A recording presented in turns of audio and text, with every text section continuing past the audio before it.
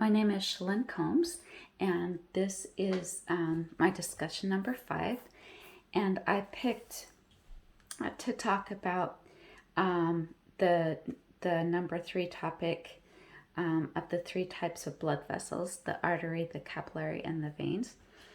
What I drew, and I'm sorry I'm not that great of an artist, and it's a little hard to see all the writing, but if you want, it's the same. I tried to do the same illustration as what's found on page 727 of the textbook. Okay, so kind of comparing a little bit. If you can see, the veins and the arteries have endothelium and basement membranes, which is the tunica interna, the large veins, the medium veins, and the venules, and the conducting artery, the distributing artery, and the atrial. They all have those endothelium and basement membranes. The only one that doesn't is the capillary. It only has the endothelium and basement membranes. But anyway, first of all, I just want to kind of go over like the function. The arteries carry blood away from the heart at high pressure. The capillaries allows for exchange. It supplies all the cells with their requirements, and it takes away waste products. The veins return blood to the heart at low pressure.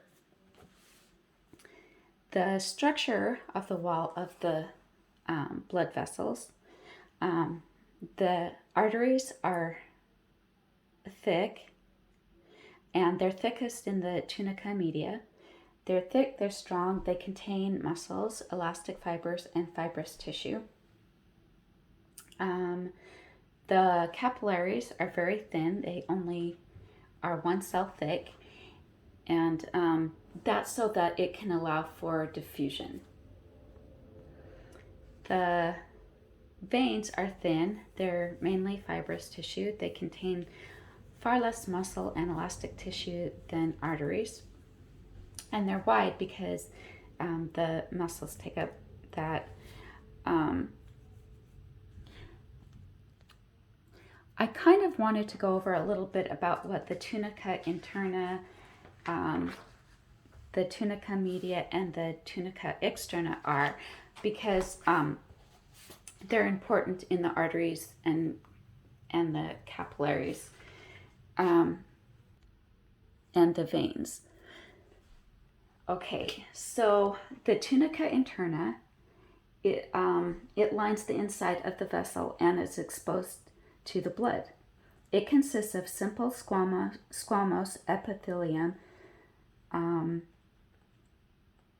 It has a basement membrane and a bare layer of loose connective tissue. It is continuous with the endocardium of the heart. The endothelium acts as a selectively permeable barrier to materials entering or leaving the bloodstream, and it secretes chemicals that stimulate dilation or constriction of the vessel. When the endothelium is damaged, the platelets will adhere to it and form a blood clot, and when the tissue around the vessel is inflamed, the endothelial cells produce cell adhesion molecules that induce leukocytes to adhere to the surface, and this causes leukocytes to get together in tissues where they kind of have a defense. The tunica media vessel wall is the middle layer. It's usually the thickest. It consists of smooth muscle, collagen, and in some cases elastic tissue. There's smooth muscle and elastic tissue. The tunica media strengthens the vessels and prevents blood pressure from rupturing them, and It regulates the diameter of a blood vessel. The tunica externa is the outermost layer. It consists of loose connective tissue that often merges with that of neighboring blood vessels, nerves, or other organs. Its purpose is to anchor the vessel to adjacent tissues and provide passage for small nerves, lymphatic vessels, and small blood vessels that supply the tissues of the larger ones. Okay, so that's kind of a quick summary of the structure. The lumen, which is right here, it's the middle part that's hollow. In the arteries, it's narrow. In the capillaries, it's really narrow. And in the veins, it's wide. So in the arteries, it varies with the heartbeat. It increases as a pulse of blood passes through it. It has no valves. The capillaries also have no valves. They're very narrow, like I said before, just wide enough for a red blood cell to pass through it. And the veins do have a valve that prevents backflow. That's the purpose of the valve. As far as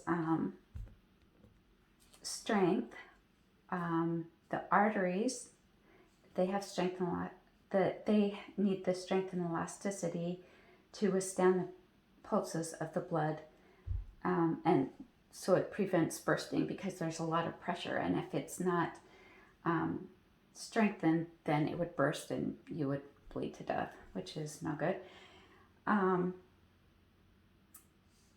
The arteries also help maintain high blood pressure by preventing blood flowing from flowing backward. The capillaries, there's not really a need for strong walls. Most of the blood pressure has been lost by the time it reaches the capillaries.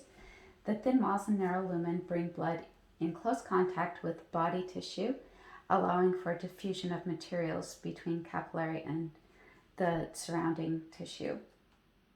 It has white blood cells can squeeze between the cells of the wall. And this is so that the capillaries can bring the good things in and take the bad things away, which keep us healthy. The veins, there's no need for strong walls, as again, like the capillaries, most of the pressure has been lost. It has a wide lumen, and it offers less resistance to blood flow. So just like a quick summary and conclusion as to like main things, the capillaries connect the arteries to veins.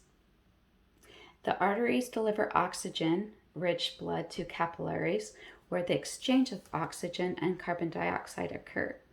The capillaries then deliver the waste-rich blood to the veins for transport back to the lungs and heart, and the veins carry blood back to the heart.